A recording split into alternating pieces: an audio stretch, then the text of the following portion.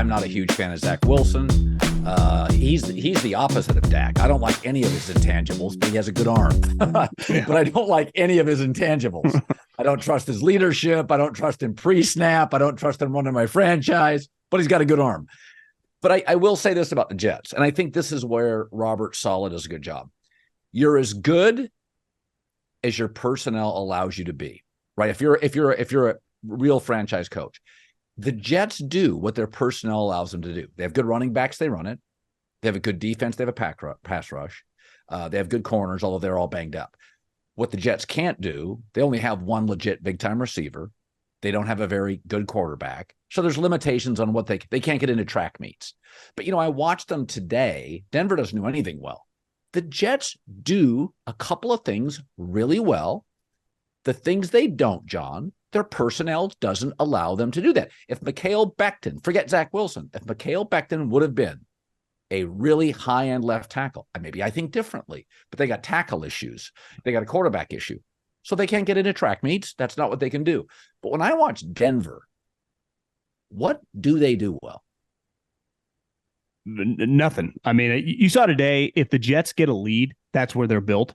And yes, the pass rush can tee off. And their pass rush goes 7-8 deep, and they're as good as anyone in the NFL.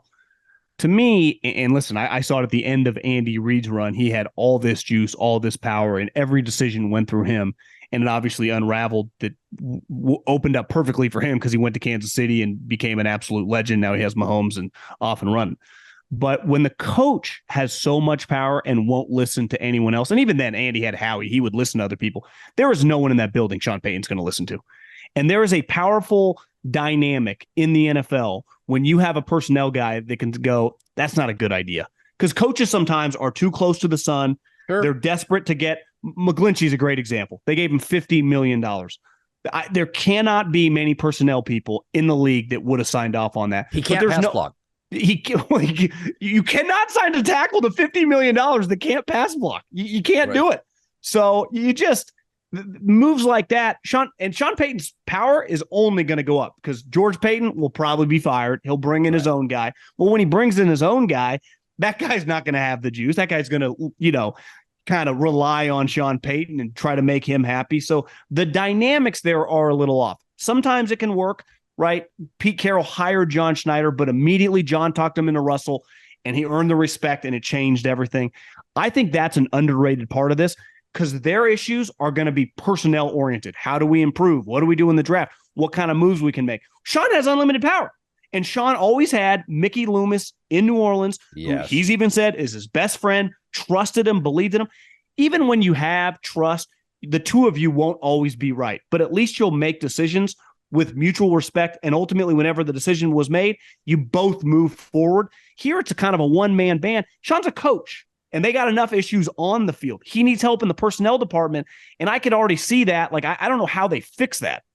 Something magical happens when the third quarter ends and the fourth quarter begins. The energy changes. The fourth quarter, that's where games are won. And in business, it's where sales teams become legends, the fourth quarter. That's why HubSpot built Sales Hub to give sales reps the deal-making tools they need to win in the fourth quarter and close the year strong. Sales Hub Prospecting Workplace organizes your schedule, your to-do lists, your goals all in one place to save your team time in the precious fourth quarter. Smart sequences help sales reps close deals faster than ever. Plus, AI forecasting helps you accurately predict future successes. And with an easy-to-use management tool, reps can find, track, and close deals all in one place, which means less hoping for deals and more crushing targets. Put your sales team on the fast track now to winning the fourth quarter with Sales Hub. Learn more at HubSpot.com/sales. Well, and by the way, Bill Belichick, he's got too much power. Last year they drafted 3 guards and 2 kickers, and this team has no speed. It's like a ridiculous draft. Yeah. Pete Carroll, I thought, had a few years after Paul Allen's death. Remember when Snyder went to the Lions to interview because Pete had usurped some of his power, kind of a power vacuum? And then last couple of years, Snyder has gotten some promises or guarantees. He has more power. They've had back-to-back great drafts. That doesn't mean Pete doesn't know personnel. but it's hard enough to be a great coach. You can't and be a Pete great coach. And Pete looks better for that, right? Think how Yes. much higher everyone thinks of Pete Carroll now that he lets his GM influence these picks. Now everyone benefits.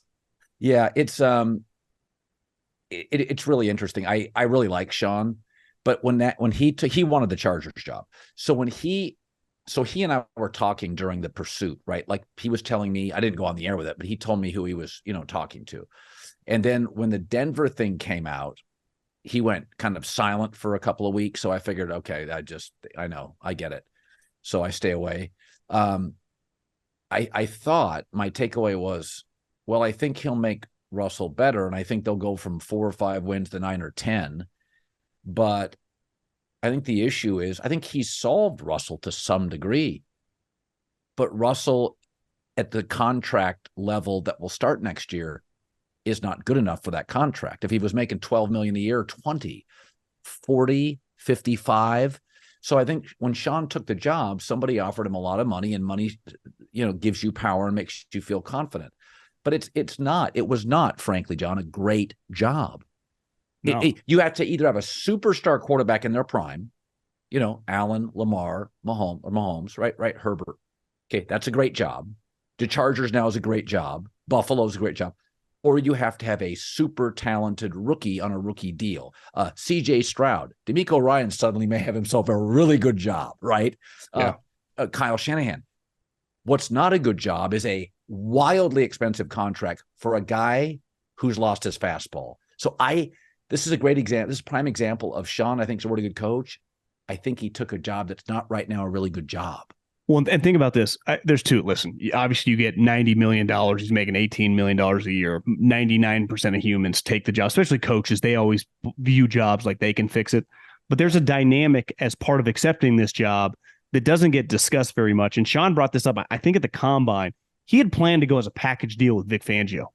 But Vic obviously had just gotten fired a year ago from Denver, wasn't going to go back. So he couldn't take Vic Fangio with him. So part of Russell Wilson, if this was going to work, they were going to have to be really good on defense, right? Be a defensive team, be kind of conservative on offense. Like that's how they were going to have to play for a couple of years. Vance Joseph's been terrible. And in fairness, Sean had the right guy, but he even said like Vic just wouldn't do it. It was too uncomfortable. He had literally just been fired 12 months before. So yeah, it worked for Sean getting the money, but big picture, how he wanted to build the franchise with the defensive coordinator he wanted and the quarterback he was going to be forced to work with because of the contract. Yeah, I mean, we'll see this year some of these jobs that open. If the number 1 overall pick job opens, I think it's easy to kind of play Monday morning quarterback and go, that was probably a major mistake by him rushing into it a little bit just because he had the itch. And listen, that's coaches. Remember when Jim Harbaugh took the job, people were like, oh, the 49er situation, that's a disaster. So, coaches, they're sick, Colin. They really are. They view things for as much as they get paid. They also think this deep down confidence in their own abilities to change things. And let's face it, in this league, like Kyle Shanahan looks a lot better with the guys he has than he does 3 or 4 years ago when he had scrubs around him.